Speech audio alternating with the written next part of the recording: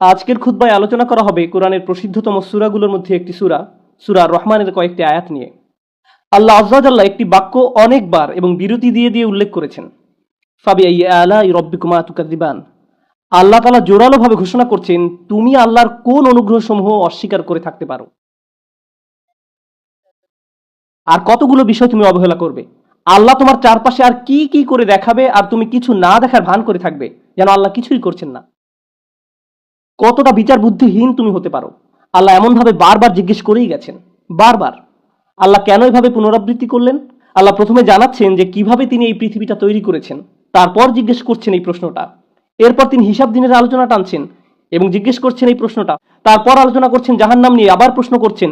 এরপর আলোচনা করছেন জান্নাত নিয়ে, এরপরে আবার প্রশ্ন করছেন। এমন না যে একই বিষয় উল্লেখ করার পর তিনি প্রশ্নটা করেছেন। মূলত 5টি ভিন্ন ভিন্ন বিষয় সূরাটিতে আলোচিত হয়েছে এবং এগুলো আলোচনার পর প্রত্যেকবার আল্লাহ একই প্রশ্ন করেছেন।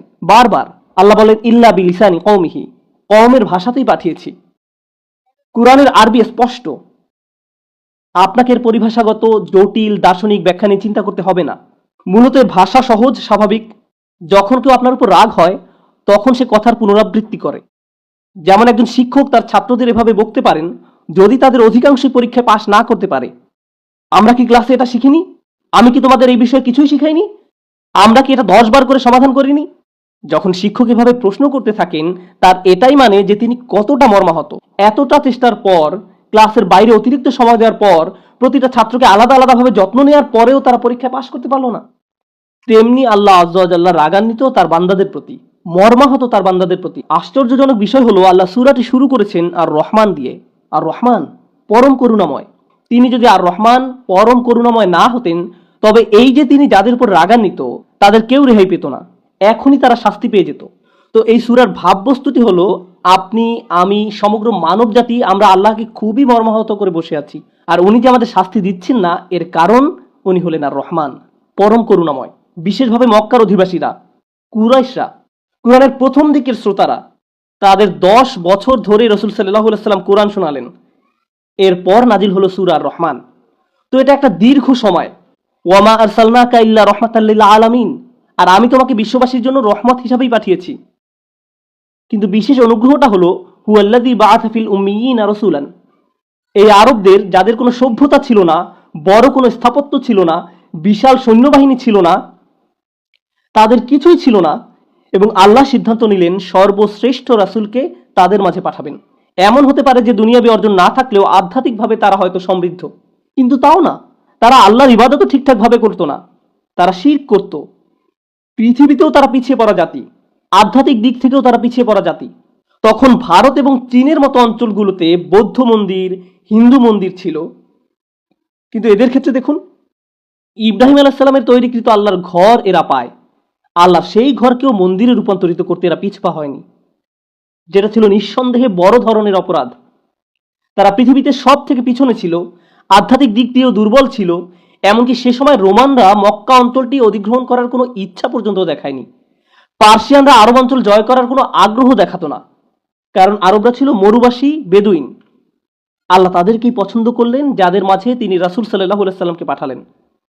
রাসূলদের মাঝে সর্বশ্রেষ্ঠ রাসূল এবং মানব জাতির শ্রেষ্ঠ আদর্শ, আর নাজিল করলেন সর্বোত্তম বাণী আল কোরআন।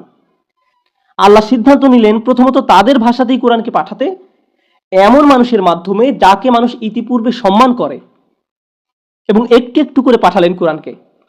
সঠিক পরিস্থিতি অনুযায়ী তা দিতে চাইলেন, যেন তা গ্রহণ করা তাদের জন্য সহজ হয়। কেননা আপনি দেখবেন, সঠিক শিক্ষার জন্য আপনার প্রয়োজন হবে ভালো শিক্ষকের, সঠিক কারিকুলামের এবং সঠিক পাঠ্য বিষয়ের। এই সকল কিছুই কুরাইশরা লাভ করে। তারা পায় রাসূল সাল্লাল্লাহু আলাইহি সাল্লামকে, ইন্নী বুইসতু মুআল্লিমান, আমাকে শিক্ষক হিসেবে পাঠানো হয়েছে। তিনি সকল শিক্ষকের অনুসরণযোগ্য।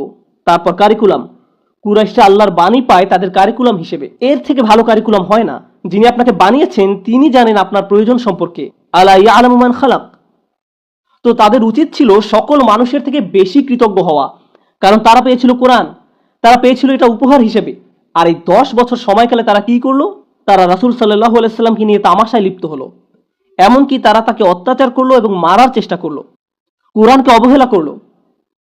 আল্লাহর অধিকার আছে তাদের শাস্তি দেওয়ার। তারা আল্লাহর বাণীকে অবজ্ঞা করেছে, রাসূল সাল্লাল্লাহু আলাইহি সাল্লামকে অবমাননা করেছে। তারপর তারা রাসূল সাল্লাল্লাহু আলাইহি সাল্লামকে বলে, আমরা আপনাকে বলতে শুনেছি নূহ আলাইহিস সালামের জাতি বন্যায় প্লাবিত হয়েছিল, লূত আলাইহিস সালামের জাতির উপর পাথর বৃষ্টির আযাব এসেছিল, এই জাতির উপর বাতাসের আযাব এসেছিল, অমুক জাতির উপর ভূমিকম্পের আযাব এসেছিল। তাহলে আপনি কেন আমাদের জন্য আযাব নিয়ে আসছেন না? আমরা বছরের পর বছর আপনাকে এসব গল্প বলতে শুনেছি।